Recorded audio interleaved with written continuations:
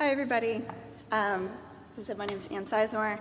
I'm a PhD student in Danny Bassett's lab at the University of Pennsylvania, and I first want to thank the organizers, Andrew and Alex, for this fantastic session. It's been really awesome. Okay, so today I'm going to talk about topology and neuroscience, and generally we're going to build off of what we've talked about so far, and then we're going to sidestep a little bit into this kind of different mathematical language of algebraic topology. So, going along with that theme, what do we know so far? The brain is complex. We can all pretty much agree on that. There's this crazy, tangled wiring of structural connections, and of course the brain has many different functions, and how this all works together is extremely confusing and, well, absolutely fascinating, right? So another thing we've talked about today is that we can model the brain as a network, where in this case the nodes would be brain regions, and then the edges correspond to structural connections between these nodes. And then, so there's this interesting interplay between the structure of the brain, so the structural network, and the function, where maybe we input some energy here, and then there's some output energies that we can see. And somehow this brain wiring, which is very non-random, has modules, has hubs, rich clubs, etc. It allows our brain to have all these diverse functions. So the structure is important to the function. Main takeaway. So we've talked a lot about different network measures, like I said, rich club, degree, clustering coefficient, and these are extremely excellent at measuring presence of connections and the presence of particular motifs, such as triangles, etc. But there's another really important feature of this network, which is the large gaping hole right in the middle that is serving to isolate the processes of the different nodes in the graph, so that they're not all totally connected to each other, right? It's very important for the function that the processes in these different regions are isolated. And now one example of that in neuroscience, I think it's within the visual system. So there's this hypothesis that your visual stimuli is initially processed in your visual cortex. That information is split into the what and the where of what you're seeing, processed independently, and then reintegrated. So there's not direct connections always. There's this hole that allows for the parallel processing. So if we want to look at this differently and look at the holes in the network, we're actually led to a different area of mathematics, not as much graph theory, but an area called topology, or algebraic topology, which really kind of thrives on measuring the shape of different spaces. Now, you may have heard topology in conjunction with the idea that you can take a coffee cup and deform it into a mug.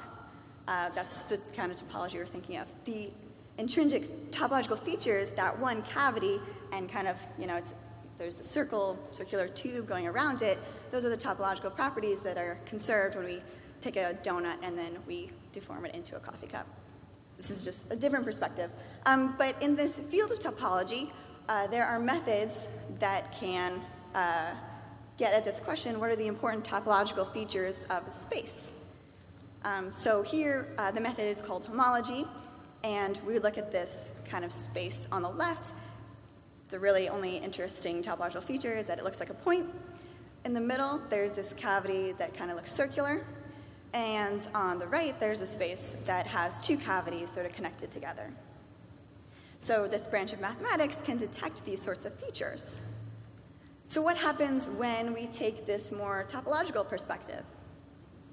Well, if you have these four networks, and they were, say, brain networks from different individuals, and you wanted to understand how they cluster, well, you could use network measures, such as degree distribution, and you'd find that the top left graph and the bottom left graph have the exact same degree distribution, and they're both not modular.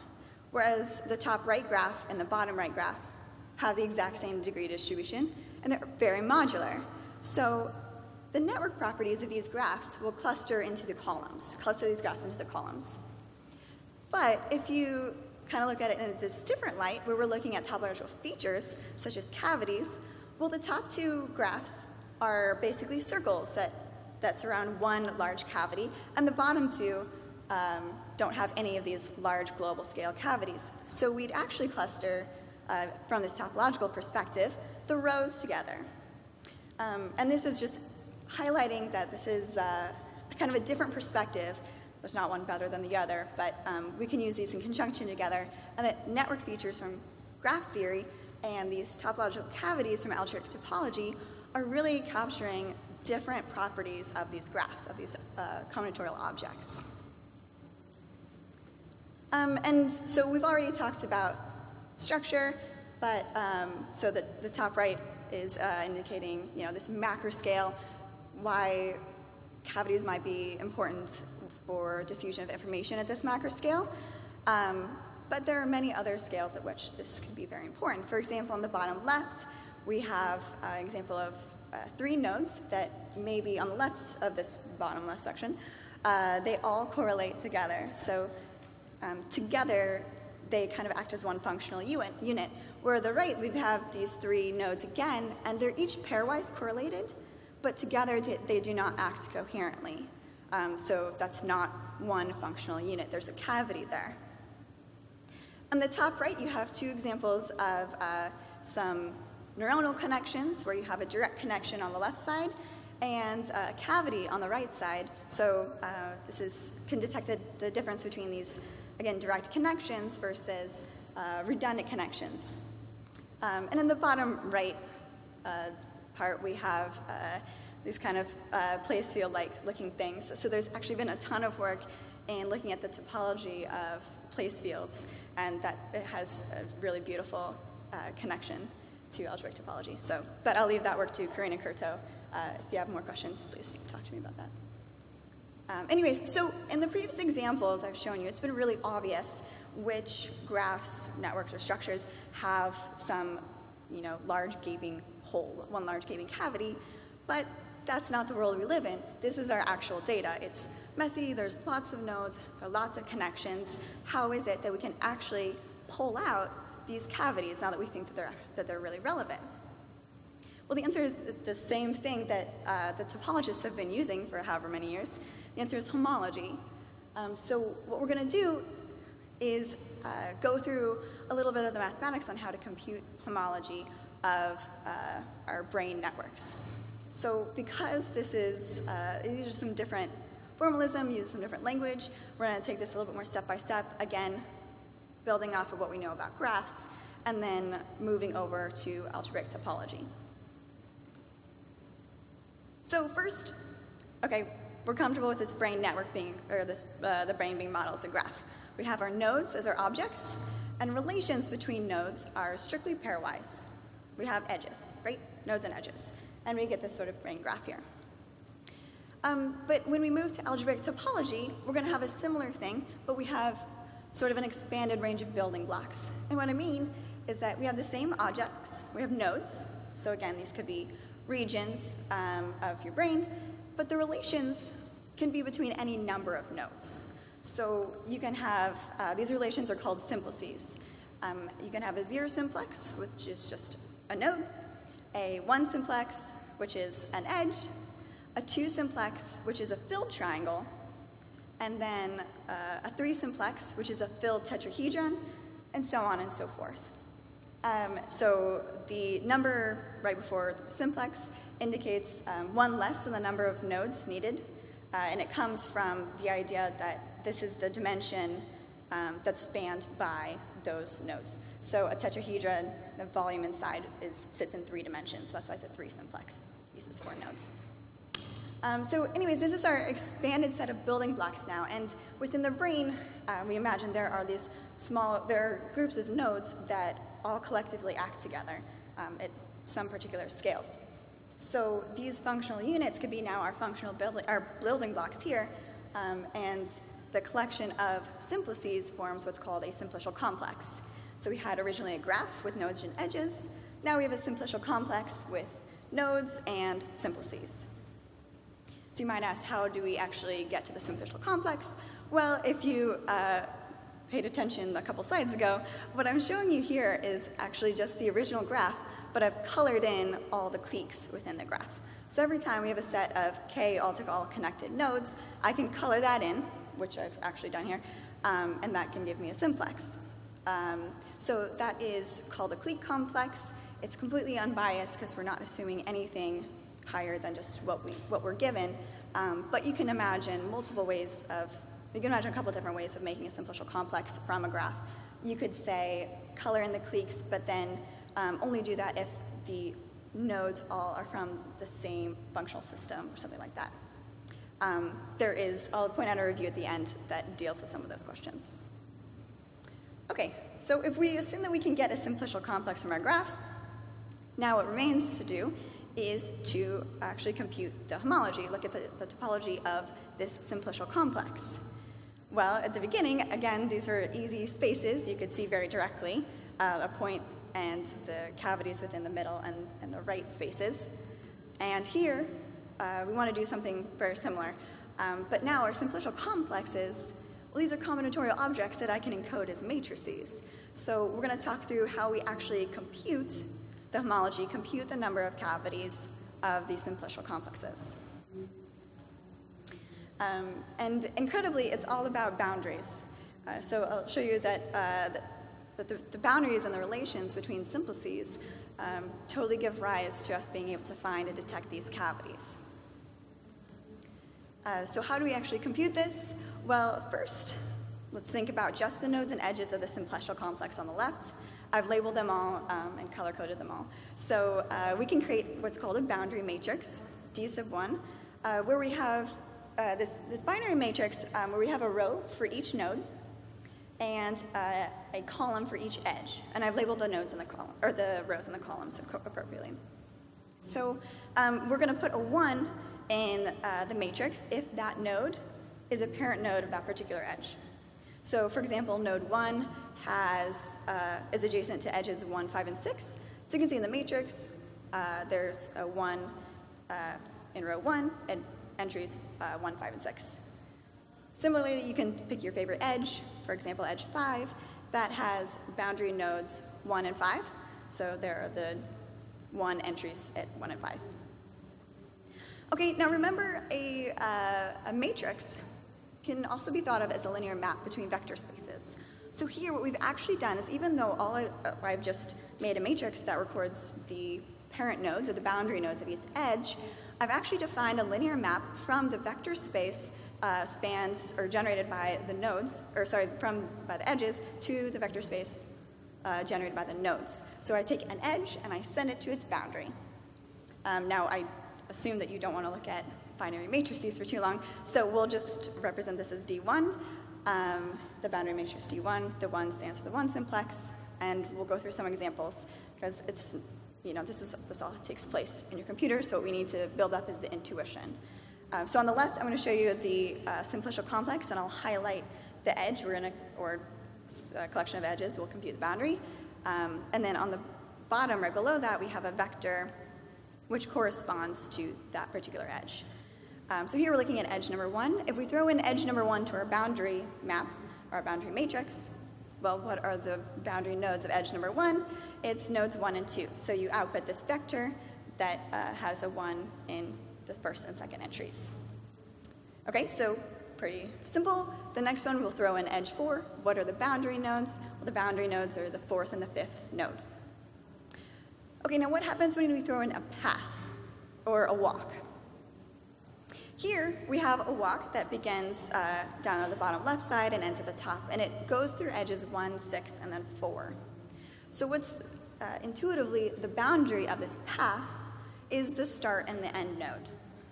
And you can do the calculation, and you find that indeed, after you send it through a boundary matrix, you get the start and the end node of the path, or in this case, this walk.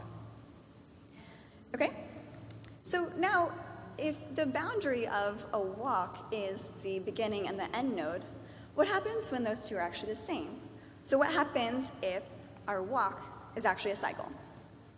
Well, like I said, the beginning and end nodes are the same, so it really doesn't have a boundary, and in fact, it exactly maps to nothing, following our geometric intuition that a loop has boundary 0. And that's not just the case for this particular loop. Any such loop of edges within the simplicial complex is going to give me 0. Okay, now that's called, if we have a space of things that you send through a map and you get 0, that's called the kernel. So for those of you who remember their linear algebra, you can talk about the kernels, or the kernel of the matrix is exactly the cycles, and the image of the matrix, which is everything that gets hit in the node space by something in the edge space, is exactly the boundaries. Now, if you don't want to think about kernels and edges, what this all boils down to is this one matrix that just records the nodes and the edges and who's the parent node of which edge. It gives us not only how those two work together, but we can compute the kernel, so we can exactly compute all the cycles, all the loops of edges in the simplicial complex, and all of the nodes that are the end nodes of some sort of walk. And that gives you an insane amount of information just using the nodes and edges and just out of this one matrix. However, we're in a simplicial complex, so we have more than just the nodes and the edges, which are just the 0 and 1 simplices. We have higher dimensional information as well. This one has a 2 simplex, this filled-in triangle in green. And so we can do this boundary matrix thing multiple times at different dimensions. So we had the boundaries of edges are nodes, but the boundaries of these filled triangles are edges. So that's this D2 matrix on the left is taking some 2 simplices, here there's just 1, and it will send it to its boundary, which is some set of edges. And what's going to be amazing is that, so then you get all this information, right? At every point you have cycles and you have boundaries, and then for D1 you have cycles and boundaries, etc.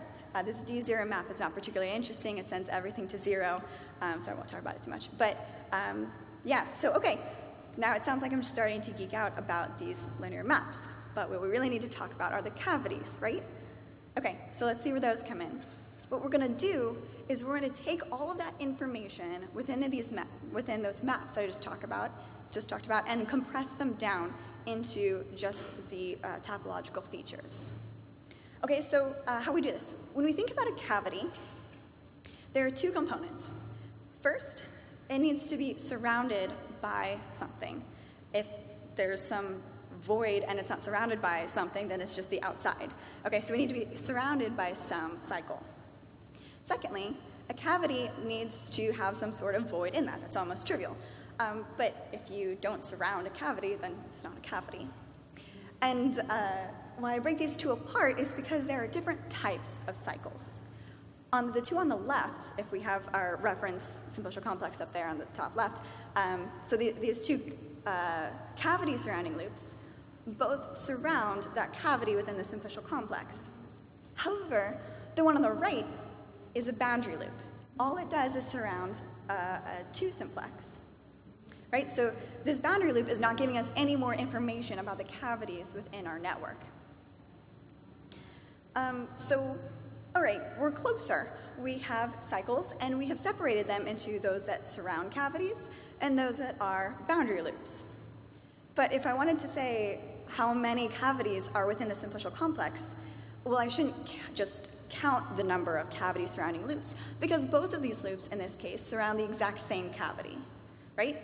Now, if we go back to our algebra that we can do, we can just add paths together, we can add cycles. You'll notice that this cycle on the left, this 5-edge cycle, is actually just the 4-edge cycle plus the boundary loop. Because edges, if you have an edge twice, it cancels. Same with the nodes.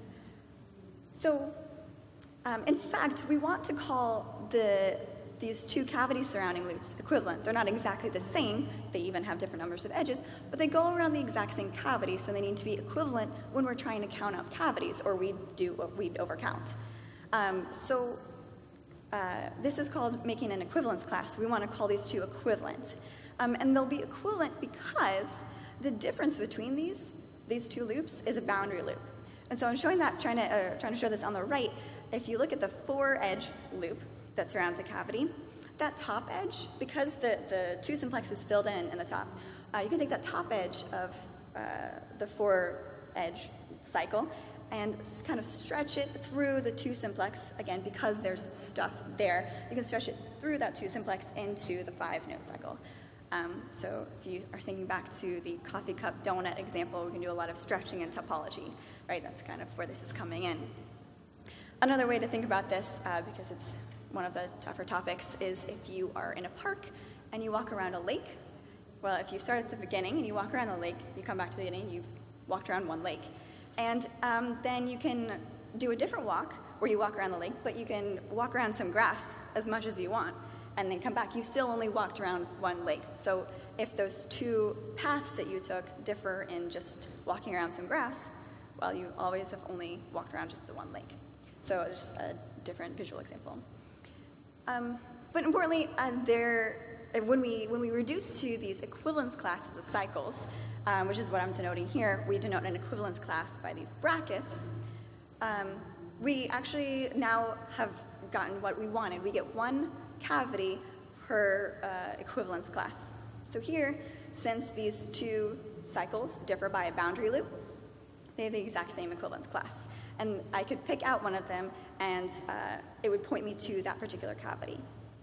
That's a really subtle part of this homology thing, is that we're looking at equivalence classes. So I could take either the 5-edge cycle or the 4-edge cycle, and that denotes the same cavity. So if you're trying to find the cavities or pull out nodes that form the cavity, you're going to pick a representative.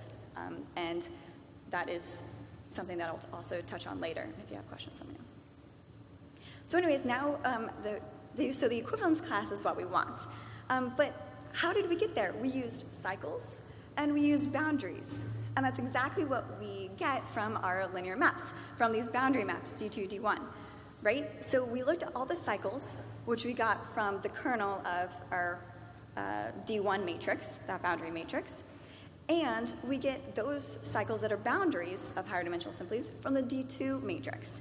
So we actually gain a whole lot more information by looking at this sequence of matrices as a whole. In particular, by looking at all of that information together, that is what allows us to compress this crazy amount of structural information into just the equivalence classes, where again, we're looking at 1 non-trivial equivalence class indicating a topological cavity within our simplicial complex.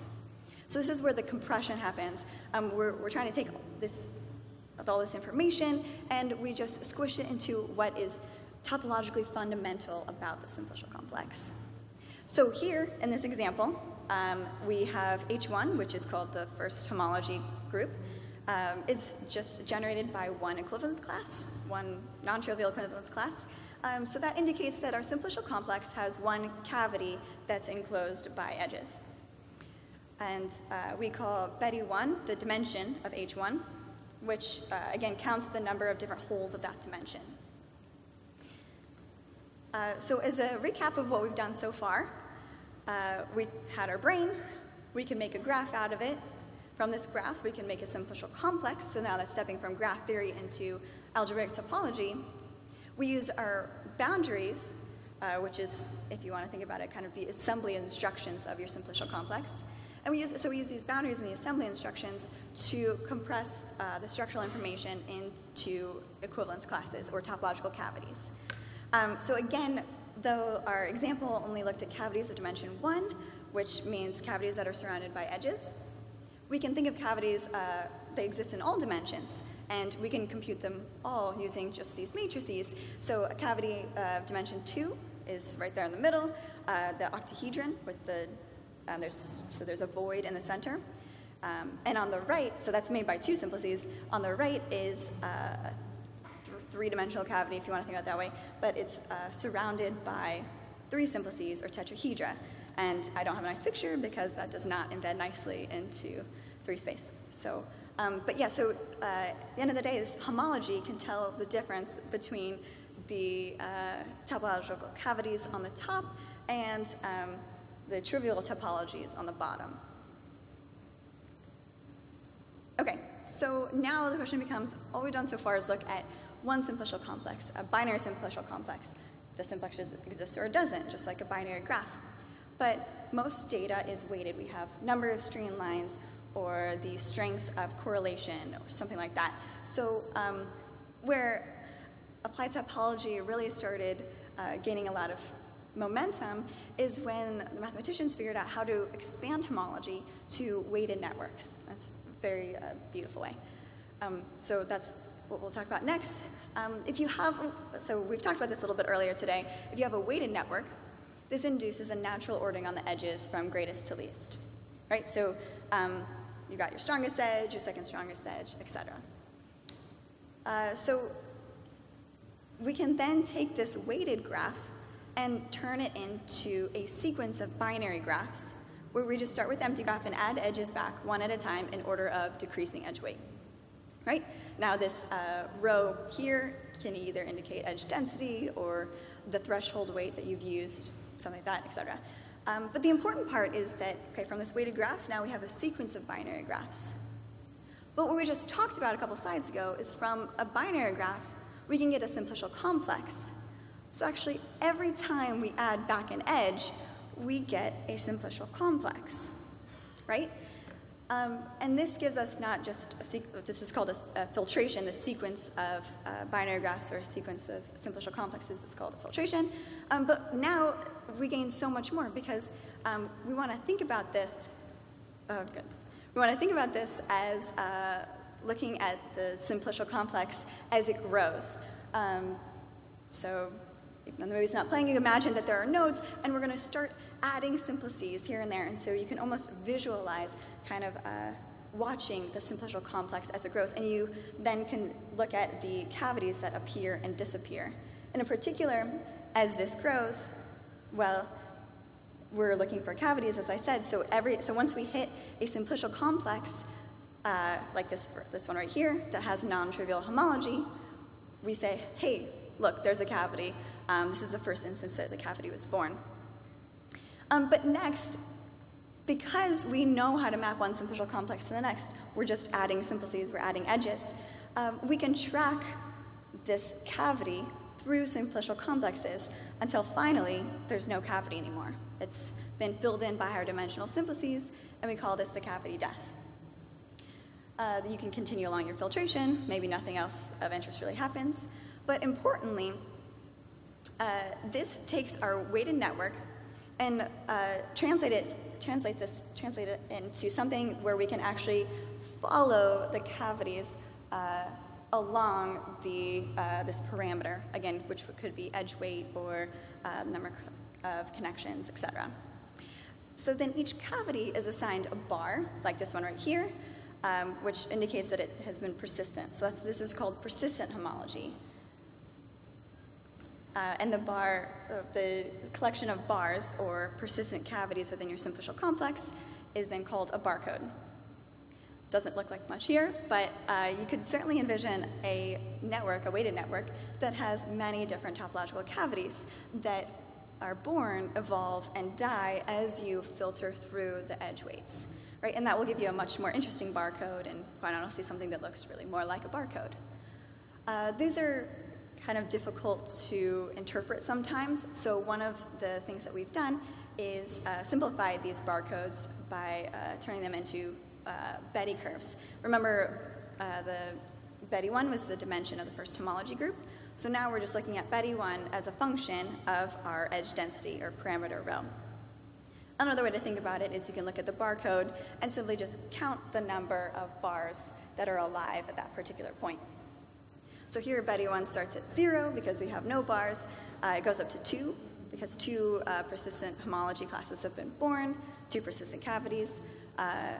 1 dies, so the Betty 1 drops back down to 1, et cetera, et cetera. So now let's think about what would happen if we put in some of our known null models into persistent homology. What would we actually capture? So this first one on the top left is a ring lattice, where we have 83 nodes, and we've weighted the edges, they're positioned along the ring, so we can weight the edges between all the different nodes based on hop length, or the distance along the ring. Okay, so if we have mostly all the edge weights distributed around the ring, we should, as we filter down, just see this one persistent cavity, right? And if we run our persistent homology algorithm, that's exactly what we get. These are the Betty curves, Betty 1, Betty 2, Betty 3. So at the top, we're showing the different dimensional cavities. And you can see along, this is edge density rho, we only get one persistent one cavity corresponding to the actual ring here. Finally, we get to some edge density where that all gets filled in, and you get some noisy structures. Then next on the bottom left is a completely random weighted graph where I've chosen edge weights uniformly at random, just from between 0 and 1. And this is a really interesting persistent homology signature. So if we start at the strongest edges and go down, filter down, then we get first a huge explosion of 1 cycles, or cavities of dimension 1. Then most of those die, and we start to get cavities of dimension 2. These die, and then we get cavities of dimension 3, and there's a whole area of mathematics now that's started to prove theorems about how these curves evolve. It's particularly interesting. So and then the matrix on the top right is a modular matrix where I just have 2 modules, and the connections probabilities are higher within modules than between modules. So when we run persistent homology on this, what happens first is we go through the within module connections, which are still random but pretty strong. So we get Betty curves, so we get these peaks just like we did before, and then we go through the inter-module connections. So that's why we get a second peak for each of Betty 1, Betty 2, and Betty 3. Now, each of these so far have had some degree of this kind of non-spatially embedded network. So what happens when we choose nodes at random within a box, and then we'll weight the edges based on the inverse distance between these nodes? So that's called the random geometric graph, and this has a completely different signature. So first we get some 1 cycles. These die, and we only get a few 2 cycles, and on and on. So just the fact that we've spatially embedded our weighted network gives you completely different persistent homology. And so if you have a weighted network that you're curious about, you could look at the persistent homology, and just from the whether the Betty curves increase or decrease, you could make a hypothesis about how important the spatial locations, or the spatial locations and the reliance on the distances between nodes are in your system. Okay, so quickly for the end, I just want to briefly mention a few times that this has been applied in neuroscience. I'm going to leave the details to the papers, but what's important is we think about these topological properties in neuroscience, and they pop up everywhere. So one example is in brain arteries. You can look at the way that the brain arteries thicken as you thicken basically like the artery radius, and you get these persistent cycles. And now these persistent cycles are features of someone's brain artery network.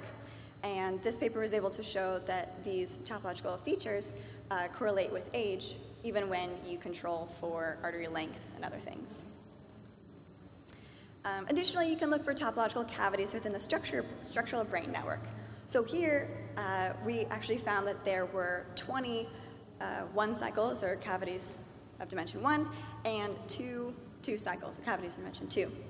Most of these went through 1 or 2 subcortical nodes and then looped to other cortical nodes, though we had some exceptions, such as the one on the very top left, I think it's to the top left, that just goes between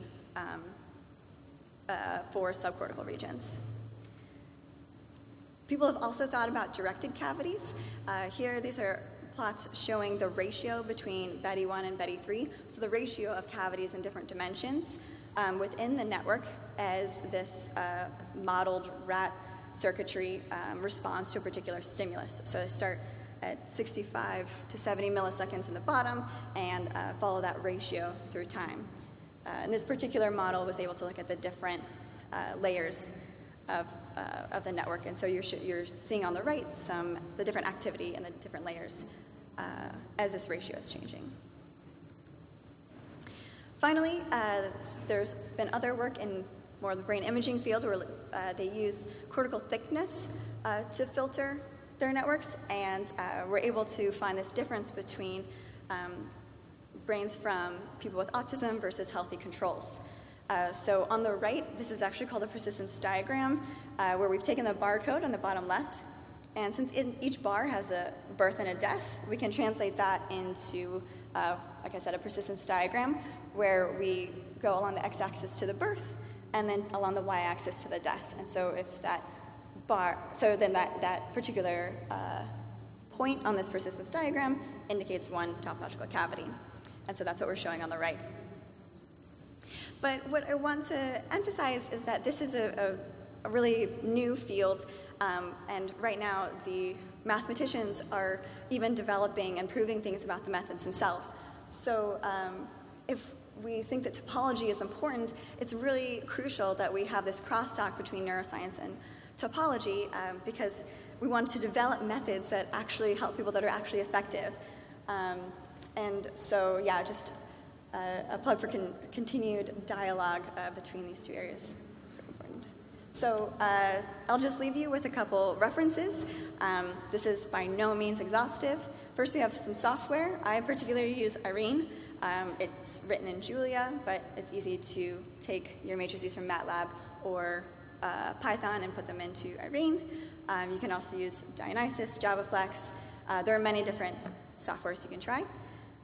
There are a couple different reviews you can also look at. Particularly, I'll note the importance of the whole, this first one here. This is a review, a tutorial of persistent homology written particularly for network neuroscientists. It just went on the archive on Wednesday night or Thursday morning. And also, this at the bottom, we have Two's Company, 3 More Simplex. This was a fantastic review that looked at topology in different areas of neuroscience and also talks about how to build simplicial complexes based on your data. And finally, there's Ben Cassidy's presentation from last year, which I just thought was fantastic.